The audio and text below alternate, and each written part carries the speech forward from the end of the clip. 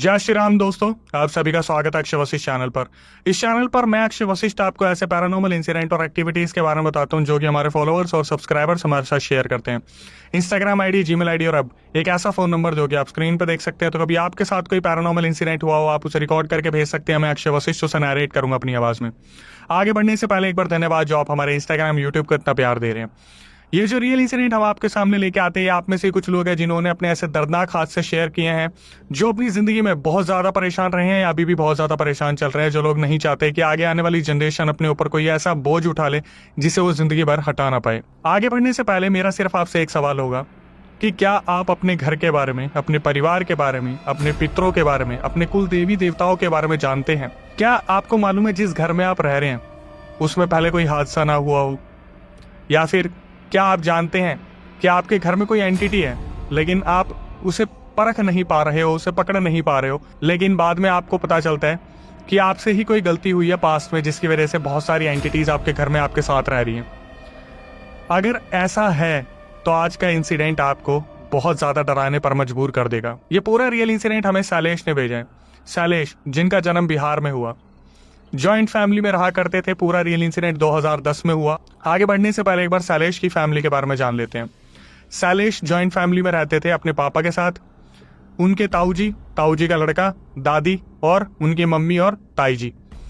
घर परिवार में सब कुछ अच्छा चल रहा था। शैलेश की जो पढ़ाई लिखाई थी बहुत अच्छी चल रही थी। उनके पापा काफी सेटल्ड थे तो उन्हें पैसे बहुत अच्छे मिला करते थे। जब ये 10 साल के थे 2010 में, शैलेश के जो ताऊ जी के लड़के थे उनकी शादी हुई थी 2010 में। वो 22 साल के थे। उनके पास एक पल्सर बाइक थी और घर में सारे डिसीजन जो थी दादी, पापा और ताऊ जी लिया करते थे। अगर उन्होंने कोई चीज बोल दी तो वो पत्थर की लकीर हो जाया करती थी। शैलेश के जो ताऊ जी के लड़के थे वो शैलेश को लेकर सुबह शाम गेड़ी मारने बाइक पर निकला करते थे क्योंकि शैलेश को काफी अच्छे पैसे मिला करते थे खर्चे के लिए। शैलेश पढ़ाई में भी बहुत अच्छे हुआ करते थे उस टाइम पर। जब शादी हुई उसके बाद एक दिन जो ताऊ जी के लड़के थे वो शैलेश के पास आके बोलते हैं कि यार घूमने चलते हैं कहीं पे, काफी टाइम हो गया, 10-20 दिन हो गए शादी को, घर में ही बैठा हुआ हूँ, कहीं घूमने निकलते हैं। तो शैलेश उनसे पूछते हैं कि भाई कहाँ जाना है ये भी बता दो। तो जो ताऊ जी के लड़के हैं वो बोलते हैं कि यार हर बारी की तरह पटरी के पास जो अपना टपरी है ना वहाँ पे चाय पी के आते हैं। तो शैलेश बोलते कि ठीक है। वो सो के ही उठे थे, अचानक से वो खड़े हो जाते हैं। उन्होंने टी शर्ट और निक्कर पहनी थी। तो ताऊ जी के लड़के बोलते हैं कि भाई इस हालत में चलेगा क्या, कुछ ढंग का पहन ले। तो शैलेश के दिमाग में आता है कि यार ऐसा कहाँ हम जा रहे हैं जिसकी वजह से पूरा ये लुक चेंज करने को मेरे को बोला जा रहा है। तो शैलेश पूछते भी है कि अरे भैया ऐसा कहाँ लेके जाओगे? वो बोलते हैं कि तू कपड़े पहन ले। तो शैलेश उनके बोलने पर जीन्स और टी शर्ट पहन लेते हैं। फिर दोबारा जो ताऊ जी के लड़के हैं बोलते हैं कि भाई अपनी हालत सुधार ले, बाहर निकला कर तो थोड़ा अच्छा बन के निकला कर, अब मेरी नई नई शादी हुई है, मोहल्ले में देखकर मुझे क्या ही बोलेंगे कि कैसे के साथ घूम रहे हैं।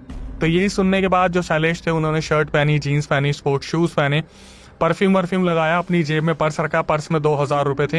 हालांकि हम जब 10 साल की उम्र में थे ऐसे हमें पैसे नहीं मिला करते थे 2000 रुपए। ये लोग पल्सर बाइक स्टार्ट करते हैं और अपने घर से निकलते हैं। तो जिस टपरी पे जाना था उस टपरी को जो ताऊ जी के लड़के वो क्रॉस कर देते हैं। तो शैलेश बोलते हैं कि भाई आप बोल के तो लाए थे कि आप टपरी के पास जा रहे हो, तो कहाँ लेके जा रहे हो? तो ताऊ जी के लड़के शैलेश को बोलते हैं कि चुपचाप बाइक पे बैठ, तू हवा का आनंद ले, देख आज मैं तेरे को घुमा के लाऊंगा। तो शैलेश बार बार देख रहे होते कि यार बहुत आगे निकल गए, कहाँ जा रहे हैं, कहाँ जा रहे हैं, कहाँ जा रहे हैं, समझ नहीं आ रहा है। बाइक जो है धीरे धीरे चल रही है और शाम हो रही है। घर पे कुछ बताया भी नहीं है। 2010 में इनके पास एक नोकिया का कुछ ऐसा 1100 टाइप फ़ोन था, तो बहुत ज़्यादा टेक्नोलॉजी नहीं थी उस टाइम पर। जब ये आगे बढ़ने लगते हैं तो शैलेश के दिमाग में आता है कि यार यहाँ पर हमारी रिश्तेदारी है थोड़ी दूर जाके, शायद भैया वहीं पे लेके जा रहे हैं।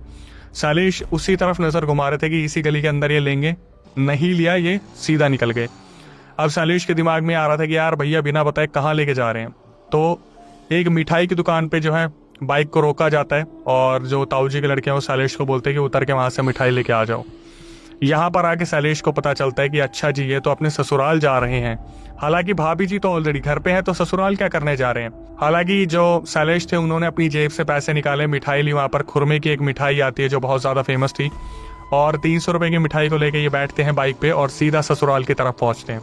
ससुराल ये काम से आए थे, इन्हें कुछ सामान लेके जाना था अपनी पत्नी के लिए। वहां पर जाने के बाद एक माहौल सा बन गया। धीरे धीरे जो वहाँ पर ससुराल वाले थे उन्होंने चाय आगे कर दी, फिर नमकीन आगे कर दी, मिठाइयाँ आगे कर दी। जो ये लोग मिठाई लाए थे उसमें से भी कुछ मिठाई दी गई। तो ये इन सारी चीज़ों का आनंद ले रहे थे। और वक्त का पता नहीं चला कि कब शाम हो गई। ससुराल वालों ने इन पर दबाव डालना शुरू करा कि बेटा अब आए हो तो यहीं रुक जाओ, कल चले जाना। रात का खाना जो है प्रिपेयर किया गया इनको कन्विंस करने के बाद, और फिर खाना परोसा गया। जब ये लोग अपने कमरे में सोने के लिए जाते हैं तो इनको एक सेपरेट कमरा दिया गया था जहाँ पर 2 चारपाई लगी हुई थी। एक चारपाई बिल्कुल राइट वाले कोने में, एक लेफ्ट वाले कोने में, और ये दोनों सोने के लिए लेटते हैं। तो ये दोनों जब सोने के लिए लेटते हैं, यहाँ पर शैलेश ने एक चीज़ हाईलाइट की कि अक्षय भाई, मैंने अपने बड़े वाले भैया को, मतलब ताऊ जी के लड़के को नहीं बताया था कि मेरे पर्स में 2000 रुपये रखे हैं। हालांकि 300 रुपये उनमें से मैं खर्च कर चुका था, लेकिन फिर भी मैंने नहीं बताया था कि मेरे पर्स में कितने पैसे हैं। ये दोनों सो जाते हैं। सुबह सबसे पहले ताऊ जी के लड़के की आँख खुलती है और वो जीन्स वगैरह पहनते हैं और फ्रेश होने चले जाते हैं। जब ये वापस आते हैं तो देखते हैं कि शैलेश भी उठ चुके हैं। तो ये शैलेश को बोलते हैं कि यार एक काम कर, पर्स ले मेरा और मेरे लिए गुटखा लेके आ जा। तो शैलेश उठते हैं और बोलते हैं भैया आपका पर्स कहाँ पर है? तो भैया बोलते हैं कि तकिए के नीचे मेरा पर्स है, वहाँ से निकाल के लेके आ जा। तो ये जब तकिए के नीचे हाथ मारते हैं तो देखते हैं कि वहाँ पर पर्स है ही नहीं, पर्स गायब है। तो ये भैया को बोलते हैं कि भैया यहाँ पर तो आपका पर्स नहीं है। तो भैया बोलते हैं कि वहाँ पर जो मेरी दूसरी पैंट है, एक बार उसमें देख लो, शायद उस पैंट में मेरा पर्स रखा हो। तो शैलेश वहाँ भी चेक करते हैं, वहाँ भी नहीं मिलता। अब इसके बाद शैलेश बोलते हैं कि चलो कोई नहीं, मैं अपने पर्स में से पैसे निकाल के इनके लिए गुटखा लेके आ जाता हूँ। तो जब ये अपने तकिए के नीचे हाथ मारते तो ये देखते हैं कि इनका भी पर्स गायब है। अब ये एकदम से ताऊ जी के लड़के के सामने बोलते हैं कि भैया मेरा पर्स गायब है। तो उनके भैया बोलते हैं कि चल मैं तो ये मान लेता हूँ कि मेरा बाइक चलाते हुए पर्स गिर गया, पर तेरा पर्स कहाँ चला गया? फिर अचानक से ताऊ जी के लड़के बोलते कि नहीं यार, मेरा भी पर्स गुम नहीं हुआ है, क्योंकि जब मैं रात को एक बार टॉयलेट करने के लिए उठा था तो मैंने तेरा और मेरा पर्स सिक्योरिटी पर्पस से उस अपनी ही जीन्स में रख दिया था। तो अचानक से जो शैलेश थे वो गुस्सा हो जाते कि भैया आपको पता चल गया ना मेरे पर्स में पैसे थे, इसलिए आपने मेरा पर्स उठाया ना। ये एक दूसरे को ब्लेम करने लगे। फिर इनको ये समझ में आया कि यार अगर इनके पास पर्स होगा तो ये भी कहाँ लेके चले जाएंगे। एक दूसरे की पूरी चेकिंग करते हैं और इन्हें पता चलता है कि ये दोनों ही एक दूसरे के पर्स कैरी नहीं कर रहे हैं, मतलब पर्स गए कहाँ। फिर इनका थोड़ी देर ये डिस्कशन होता है कि यार कहीं हम जब सो रहे थे तो कोई कमरे में आके पर्स तो लेकर नहीं चला गया। इतना इनके दिमाग में आ रहा था। फिर इनके दिमाग में आते कि यार वो सब तो ठीक है, लेकिन अब हम यहाँ पे करें क्या, हमारे पास तो खुद के पैसे ही नहीं है। तो फिर ये डिसाइड करते हैं और इनके दिमाग में आता है कि भाई गाँव चलते हैं, यहाँ पे रहने का कोई फ़ायदा नहीं है। क्योंकि अब ये इस चीज़ को अगर अनाउंस करेंगे कि हमारा पर्स चोरी हो गया तो ससुराल पे सीधा सीधा उंगली उठाने वाली बात है कि आप में से किसी ने हमारा पर्स चोरी करा है। जब ये दोनों इस चीज़ को डिस्कस कर रहे थे तो शैलेश बोलते कि भैया घर पे बताना तो पड़ेगा, क्योंकि मेरे पास तो पैसे थे, तो उसमें से कुछ पैसे पापा ने अभी ही मुझे दिए थे, वो मुझसे पूछेंगी। तो शैलेश के बोलने पर जो ताऊ जी के लड़के हैं वो फ़ोन निकालते हैं और घर पे अपनी वाइफ को फ़ोन करते हैं और बोलते हैं कि ऐसे ऐसे हमारा पर्स चोरी हो गया है, तो तुम घर वालों को बोलो कि हमें 500 रुपये दे दे, हम आके दे देंगे बाद में कैसे कुछ करके। तो उस टाइम पर जो उनकी वाइफ थी वो बोलती कि ठीक है मैं उन्हें बता देती हूँ। ये आगे से मना भी करते कि पर्स वाली बात मत बताना, बताने में बहुत अजीब लगेगी, ऐसा लगेगा जैसे हम उन पे कोई ब्लेम डाल रहे हैं। भाभी जो थी शैलेश की वो बोल देते ठीक है मैं अपने हिसाब से देखती हूँ। तो फ़ोन करती हैं वो ससुराल में जहाँ पर ये रुके हुए थे, वहाँ से ससुराल वाले आते हैं और बोलते हैं कि बेटा क्या हो गया। तो ये लोग बताते हैं कि एक्चुअली ऐसे ऐसे हमारा जो है पर्स गायब हो गया, हमने मना करा था लेकिन फिर भी उन्होंने आपको बता तो दिया ही होगा, इसलिए आप इस तरीके से भागे आए हो। तो ये लोग बताते हैं कि हाँ चलो कोई नहीं, हम ढूंढते हैं तुम्हारा पर्स। तो जब ये लोग ढूंढना शुरू करते हैं, शैलेश ने बताया अक्षय भाई सुबह से शाम हो गई, हमारा दिमाग ख़राब हो गया। उस घर का नक्शा थोड़ा सा बताया इन्होंने कि आगे वाला गेट था, वहाँ पर बरामदा था, कुछ और कमरे थे जहाँ पर सारे घर वाले रुके हुए थे, एक कमरा हमें दिया हुआ था। हमारे कमरे के बगल में से एक रास्ता निकल रहा था जो पीछे छोटा सा गार्डन था, वहाँ ये लोग कूड़ा फेंकते थे, गाय भैंसें बंधी हुई थी, वहाँ पर कुछ भूसा रखा हुआ था जो गाय खाती थी, और फिर पीछे से गेट निकलता था। तो बच्चे से लेके बुजुर्ग ससुराल का हर मेंबर जो है पर्स को ढूंढने लगता है, और फिर जाके वो जो भूसा था जहाँ पर गाय भैंस बंधी होती थी, उस भूसे में से दोनों पर्स निकल के बाहर आते हैं। तो पर्स मिलने के बाद शैलेश के दिमाग में थोड़ी सी शांति आती कि चलो फाइनली मेरा पर्स मिल गया, अब मैं अपने खर्चे तो निकाल पाऊंगा। हालांकि ये लोग यही डिसाइड कर रहे थे कि बाइक में पेट्रोल तो फुल है, उसकी दिक्कत नहीं है, लेकिन खर्चे के लिए चवन्नी भी नहीं बची। तो जो ससुराल वाले थे वो आगे आके बोलते कि देखो बेटा, इसको इस तरीके से मत समझना कि ये चोरी की कोई कोशिश है, यहाँ पर अक्सर ऐसा होता है। शैलेश और ताऊ जी के लड़के अचानक से सोचने लग जाते हैं यहाँ पर होता है ऐसा क्या मतलब है। तो ये लोग बताते कि यहाँ पर कुछ ऐसी चीज़ें होती हैं जिसकी वजह से हमारा जो सोना रखा होता है वो भी इधर उधर हो जाता है, या फिर जैसे मेरे पैसे हैं तो वो मेरी बहू के पास मिलते हैं उसके बक्से के अंदर। तो ये लोग इस चीज़ को सुन के बड़ा अजीब सा रिएक्शन देते हैं कि यार ये चीज़ कैसे पॉसिबल हो सकती है कि इधर से उधर चीज़ें हो रही हैं, लेकिन ये फिर भी यही सोचते हैं कि कुछ वहम रहा होगा या फिर कोई पर्स उठा के गया होगा, लेकिन ये उस चीज़ पर रिएक्ट नहीं करते क्योंकि ये ससुराल में थे। अब पर्स ढूंढते ढूंढते जो है शाम हो गई थी और शाम को फिर दोबारा ससुराल वालों ने इन्हें रोक लिया कि बेटा रुक जाओ, कल चले जाना, अब रात को जाओगे तो सेफ नहीं है। शैलेश ने इतनी चीज़ सुनी और वो बोले कि ठीक है मैं टॉयलेट करके आता हूँ, आप लोग बात कीजिए। और जब ये जाते हैं टॉयलेट के पास देखते हैं वहाँ पर जो ये मिठाई लेके आए थे 300 रुपये की, वो फेंक रखी थी। शैलेश ने जब उस मिठाई को देखा तो उनका दिमाग बुरी तरीके से गर्म हो गया कि मैंने खर्चा लगाया अपना पर्सनल इनके ससुराल के लिए और यहाँ पे आके पता चल रहा है कि इन्होंने हमारी मिठाई को खाया नहीं, फेंक रखा है। ये गुस्से में वापस आए और इन्होंने बोला कि अगर आप लोगों को मिठाई नहीं खानी थी तो बता तो देते, कम से कम हम अपने पैसे से इतने प्यार से लेके आए थे, आपने हमें ही खिला के और फेंक भी दी। तो ससुराल वाले बताते कि देखो हमने जैसे आपको बताया कि सामान इधर उधर हो जाता है, तो वो मिठाई भी अपने आप से इधर उधर हुई है। ये लोग गुस्से में थे लेकिन ससुराल में थे। शादी को मुश्किल से 10-20 दिन हुए थे। कुछ बोलना बनता नहीं है क्योंकि मेहमान नवाजी में कोई कमी तो नहीं छोड़ी गई थी। फिर दोबारा खाने का बंदोबस्त किया जाता है, नमकीन बिस्किट चाय दी जाती है, इन लोगों को शांत किया जाता है और ये लोग अपने सोने के लिए लेटते हैं क्योंकि अगले दिन इन्हें निकलना था। तो शैलेश ने ताऊजी के लड़के को बोला कि भैया आज मेरे पर्स को तो हाथ लगाना मत और अपने पर्स को संभाल के रखना, मैं अपने पर्स को अपने पास रख रहा हूँ, आप अपने पर्स का अपने आप ध्यान रखना। इन्होंने दोनों ने अपने पर्स को बिल्कुल अपने तकिए के करीब रख लिया। रात को 2-2:30 बजे थे जब शैलेश की नींद बहुत ज़्यादा गहरी हो रखी थी। अचानक से शैलेश को आवाज़ आती है कि ओए उठ के खड़ा हो जा, सो मत। शैलेश ध्यान देते कि कौन है वे, ये रात को इतना डिस्टर्ब कौन कर रहा है। उन्हें लगता है कि ताऊजी का लड़का कुछ बोल रहा है, तो ये बोलते हैं यार प्लीज़ यार सोने देना भाई, सोने दे प्लीज़। इतने में उन्हें दोबारा आवाज़ आती है कि मैंने बोला ना सो मत, खड़ा हो, उठ फटाफट। तो ये शैलेश एकदम से आंखें खोलते हैं और घबरा के पीछे देखते हैं तो वहाँ पर कोई भी नहीं होता। शैलेश उठते हैं, इधर उधर देखते हैं, अपने ताऊजी के लड़के के पास जाकर देखते हैं कि यार ये तो बहुत गहरी नींद में सो रहा है, इसने तो मुझे उठाया नहीं। मुश्किल से 20 मिनट गुजरे होंगे जब शैलेश को दोबारा गहरी नींद आई ही थी। इतने में अचानक से जो ताऊजी के लड़के थे वहाँ से कोई एक ऐसी आवाज़ आई जैसे कोई चाटा लगा हो, चट्टे करके। शैलेश की एकदम से आंखें ऐसे हुई, उन्हें लगा कि यार पता नहीं क्या हुआ है। वो फिर दोबारा नींद लेने के लिए लेटे। अगले 30 सेकंड के अंदर अचानक से एक जो है शैलेश के ऊपर हमला होता है। शैलेश के गाल पे एक जोर से चाटा लगता है। शैलेश उठते हैं तो देखते हैं कि ताऊजी का लड़का मुंह पर हाथ रख के खड़ा हुआ है। शैलेश पूछते हैं अपने ताऊजी के लड़के से कि क्या हुआ, आपने मुझे क्यों मारा। तो ताऊजी के लड़के बोलते हैं कि तूने पहले मुझे मारा इसलिए मैंने तुझे मारा।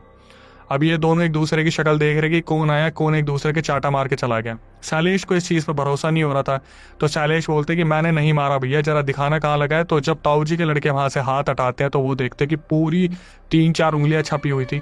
शैलेश देखकर घबरा गए कि भैया मेरे को चाटा इंसान का लगा है, इनको पता नहीं किसका चाटा लगा है कि इतनी ज़ोर से चाटा मारा है कि उंगलियाँ ही छाप दी पूरी की पूरी।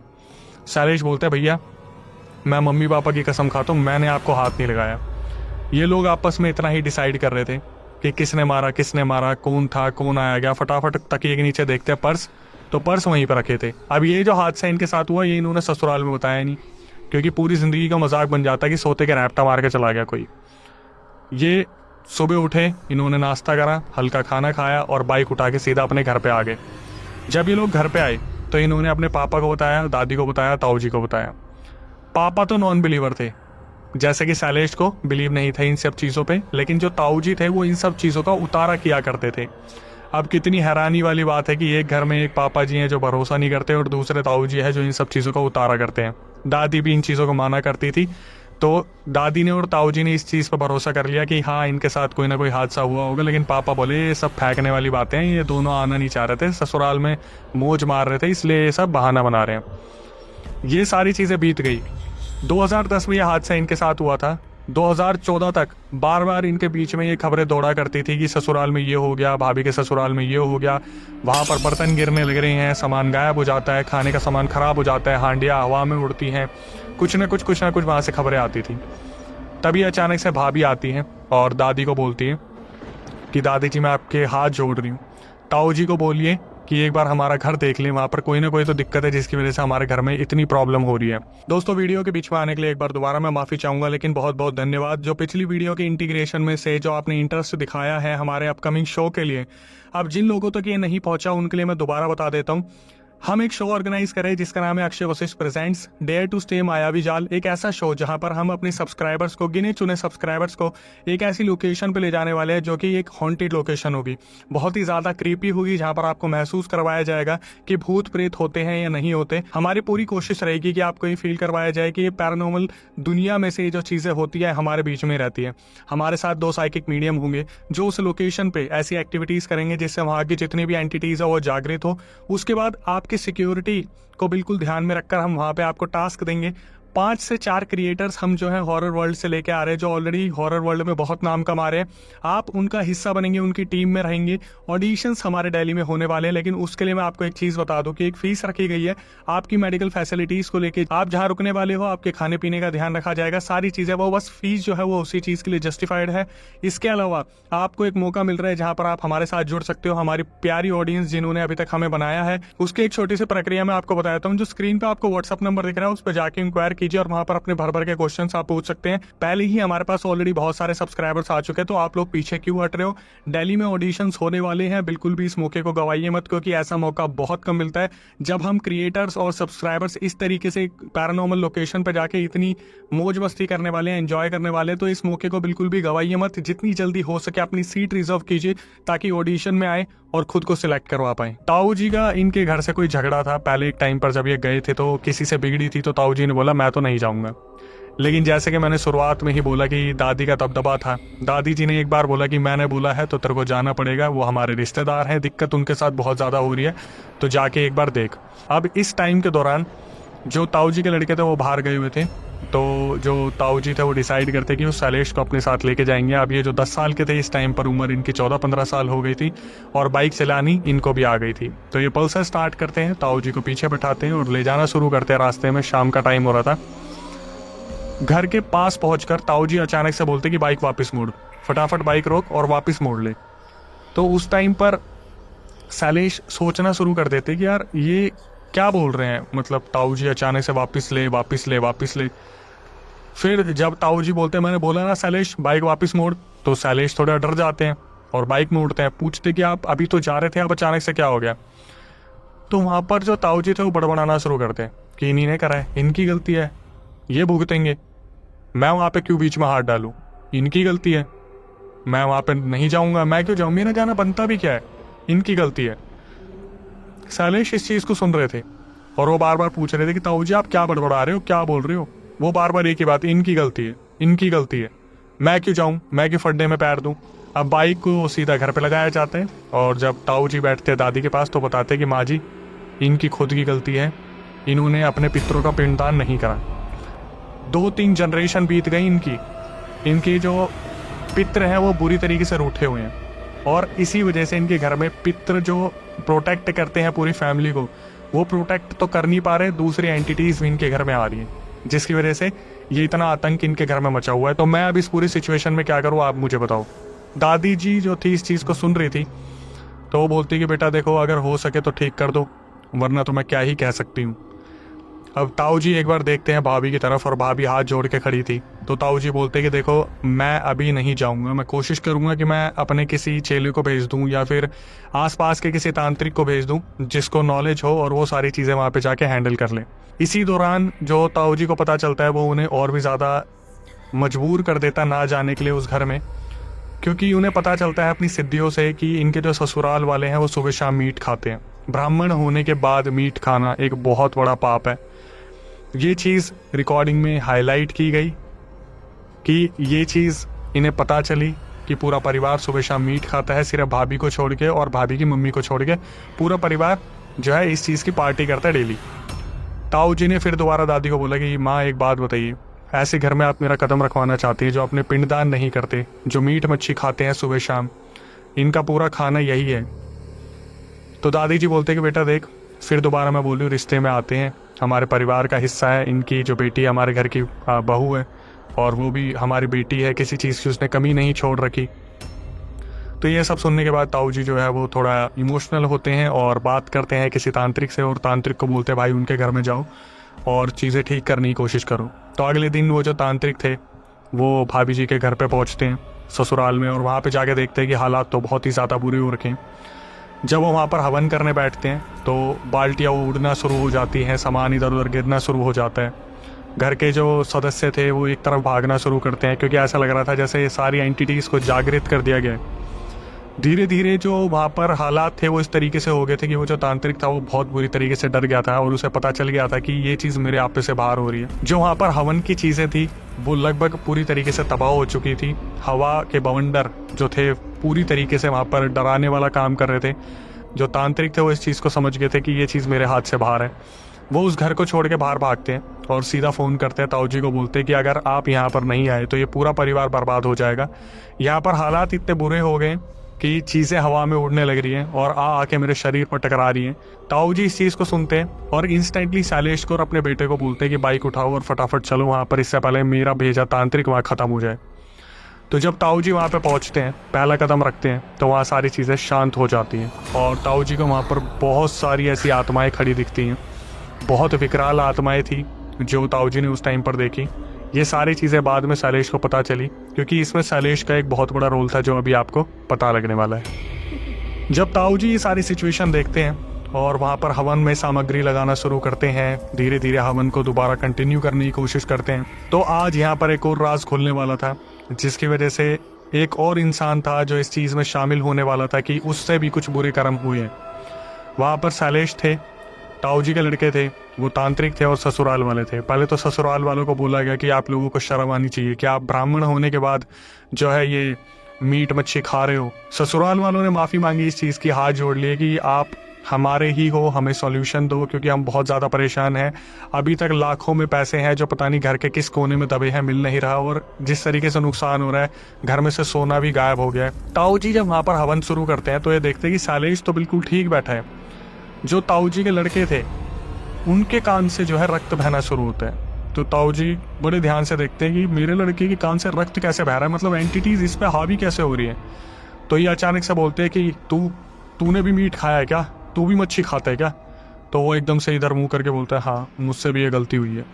सीधा बोलते खड़ा होकर यहाँ से दफ़ा हो जा। ये वहाँ से 2 सेकंड में गायब हो गए और शैलेश को बोला गया कि बेटा एक काम कर, बीच में बैठ इस घेरे में, और तू इस घेरे से बाहर मत निकलियो, तेरे प्रोटेक्शन के लिए बोल रहा हूँ। तो शैलेश वहाँ पर बैठे और शैलेश उस टाइम पर जब घेरे में बैठे तो वो बेहोश हो गए थे, क्योंकि शैलेश को नहीं पता था कि वो जिस घेरे में बैठे थे वो बलि के बकरे बने थे। जो ताऊ जी थे उन्होंने जो उनके साथ आत्माएं चलती थी, जो एंटिटीज चलती थी, उन्हें बुलाया और पितरों को आवाहन दिया। वो पितर जो है सीधा शैलेश के अंदर आ गए। उस टाइम जो शैलेश के अंदर पितर आए थे वो सामने वाले ससुराल वालों के पितरों से बात कर रहे थे कि तुम इस पूरे घर को क्यों परेशान कर रहे हो। तो सामने जो पितर थे वो बताना शुरू करते हैं कि 2-3 जनरेशन निकल गई, इन्होंने हमारा पिंडदान नहीं किया। हमने इतनी कोशिश की इन्हें समझाने की, बार बार हम रियलाइज़ करवाने की कोशिश करते थे कि हमारा पिंडदान कर दो। हम इनडायरेक्टली खाना उठाते थे, कुछ कुछ करते थे ये सोच के कि ये कभी तो समझेंगे, लेकिन ये बेवकूफ़ कभी नहीं समझे। हमने अपनी तरफ से पूरी कोशिश की, लेकिन अब होता क्या है, जब बाहर की एंटिटीज़ घर के बाहर से निकलती हैं तो वो ये देखती है कि इनके पितर तो भोग ले रहे हैं मीट मच्छी का, तो हम पीछे क्यों हटे, तो एंटिटीज़ भी अंदर आ गई। अब इस दौरान जो है जो ताऊ जी थे उन्होंने अपनी एंटिटीज़ को बोला कि इन सब चीज़ों को दबाने के लिए, और एक ब्रह्म राक्षस, मतलब जो इनके ब्रह्म बाबा ये बोलते हैं, ब्रह्म बाबा को बुलाया गया। मतलब जो ताऊ जी है उनमें इतनी सिद्धि है, इतनी शक्ति है कि उन्होंने एक ब्रह्म राक्षस जो है वो जहाँ पर इन्हें पूजा जाता है, ब्रह्म बाबा बोला जाता है, उनको बैठाकर पूरा रक्षा कवच बनवाया गया। और उस टाइम पर जो शैलेश थे उन्हें पता भी नहीं था कि क्या हो रहा है। बाद में शैलेश को बताया गया, भाभी ने बताया कि भाई तुम तो ऐसे ऐसे कर रहे थे। शैलेश को बस इतना याद है कि वो सो गए थे। उसके बाद जब शैलेश उठते हैं, उनकी आँख खुलती है तो देखते हैं कि सारी सिचुएशन बिल्कुल ठीक हो गई है, सब बिल्कुल दब गया है, एकदम परफेक्टली फाइन हो गया। लेकिन जब वो ताऊ जी की तरफ देखते हैं तो देखते हैं कि उनके हाथ पर अजीब सी जो है फुंसियाँ होने लग रही है धीरे धीरे। तो जब ताऊ जी बिल्कुल वीक हो जाते हैं तो उनसे पूछा जाता है कि आपके साथ ही क्या हो गया। तो वो बताते हैं कि मेरे साथ जो आत्माएं चलती हैं, जो भूत प्रेत चलते हैं, वो किसी न किसी चीज़ का भोग तो लेंगे, तो वो मेरे खून का भोग लेते हैं। लेकिन अब कुछ होगा तो मुझे होगा, मेरे ब्रह्म बाबा को होगा, मेरे बच्चे को होगा, मतलब जो शैलेश थे, आपके परिवार को अब कुछ नहीं होगा। अब इसके बाद जो ताऊ जी थे वो घर वालों को बताते हैं कि एग्जैक्टली 12-13 दिन बाद मैं आऊँगा और एक क्रिया करूँगा जिससे आपका घर पूरी तरीके से मुक्त हो जाएगा। बहुत हद तक मुक्त हो गया है, लेकिन फिर भी थोड़ी बहुत एंटिटीज़ है जो दुबक के बैठी हुई है जिनको मैं देख पा रहा हूँ, पर मेरे अंदर अभी इतनी एनर्जी नहीं है कि मैं इन सब चीज़ों को रोक पाऊँ। तो मैंने बहुत हद तक जो है सब ठीक कर दिया है और उनसे रिक्वेस्ट की जाती है कि भाई अब अपने जो पितृ हैं उनका पिंडदान करना, क्योंकि सालेश जब उठे थे तो उन्होंने वचन लिया था पितरों से कि आपका पिंडदान कर दिया जाएगा तो आप अच्छे में रहना, इनकी रक्षा करना परिवार की। तो उन्होंने कहा था अगर पिंडदान हो जाएगा तो इनकी रक्षा की जाएगी। 13 दिन तक सालेश जो है सब कुछ ऑब्जर्व करते हैं और 13 दिन बाद दोबारा ये लोग वापस आते हैं। तो उस टाइम पर जो सालेश थे फिर दोबारा उन्हें घेरे में बैठाया जाता है, लेकिन इस बार सालेश को सब दिख रहा था कि आसपास क्या हो रहा है। सालेश बस एक माध्यम थे जो कि पितरों से बात करने वाले थे। सालेश को बताया गया था कि बेटा कोई भी एंटिटी तेरे को पागल बनाने के लिए किसी भी हद तक जा सकती है, तो थोड़ा सा देख कर रहियो, किसी चीज़ का शिकार नहीं होना। सालेश अचानक से इधर देखते हैं तो वो देखते हैं कि जो उनकी घर में कोई बड़ी बहू है वो आके बोलती है कि बेटा गोलू एक बार मेरी मदद कर दे। सालेश का घर का नाम गोलू है। तो जब सालेश ये चीज़ सुनते हैं कि मेरे को बुलाया जा रहा है तो वो एकदम से घेरे से उठने की कोशिश करते हैं। तो पीछे से ताऊ जी आवाज़ मारते हैं कि कहाँ जा रहा है। तो बोलते कि वो बुला रही है मुझे मदद के लिए। तो वो बताते कि वो कोई औरत नहीं है, वो प्रेतनी है जो तेरे को लेके जा रही है, बैठ जा शांति से। जब सालेश ने देखा तो वहाँ पर वो जो प्रेतनी थी वो मुस्कुरा के हंसने लगती है। सालेश एकदम से बुरी तरीके से डर जाते हैं, उस घेरे में वापस बैठ जाते हैं, आंखें बंद कर लेते हैं कि आज मुझे सब दिख रहे हैं। इसके बाद ताऊ जी फिर सारी प्रक्रिया करना शुरू करते हैं, मंत्र वगैरह पढ़ना शुरू करते हैं। सालेश को बस इतना दिखता है आसपास देखने पर कि पित्र है कुछ जो बुजुर्ग हैं और वो घसीट के एंटिटीज़ को घर से बाहर निकाल रहे हैं।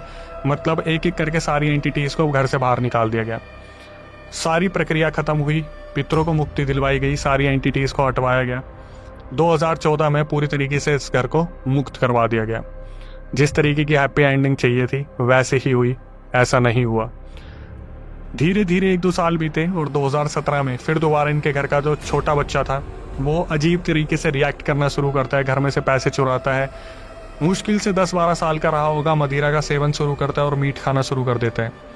जब घर वालों तक खबर आती है, घर वाले पहले ही जजमेंट बना लेते हैं कि ये लड़का पक्का चोर निकलेगा, लेकिन ताऊ जी अपनी सिद्धि से पता करते कि नहीं, वो लड़का चोर नहीं है, अभी भी घर में कुछ ना कुछ चल रहा है।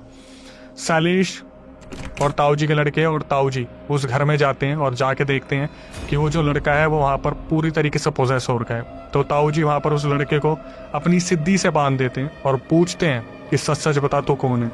तो पता चलता है कि 2014 में जब सारी एंटिटीज़ को निकाला गया था तो पीछे वाले गेट से एक बच्चे की स्पिरिट थी जो भाग गई थी।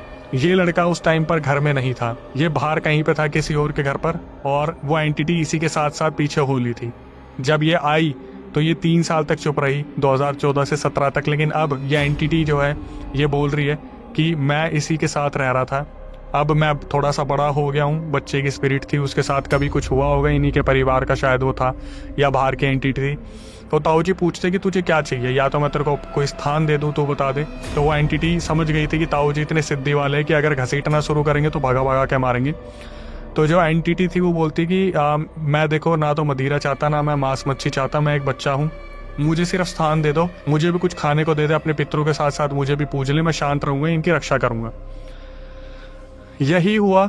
अब जब भी श्राद्ध आते हैं, पिंडदान होता है, पूजा पाठ होता है, उस बच्चे को भी पूजा जाता है, पितरों को भी पूजा जाता है और फाइनली इनकी फैमिली पूरी तरीके से प्रोटेक्टेड हो गई है। 2017 में इनकी फैमिली का पूरा जो है निपटारा हो गया है, सब कुछ उतारा हो गया है।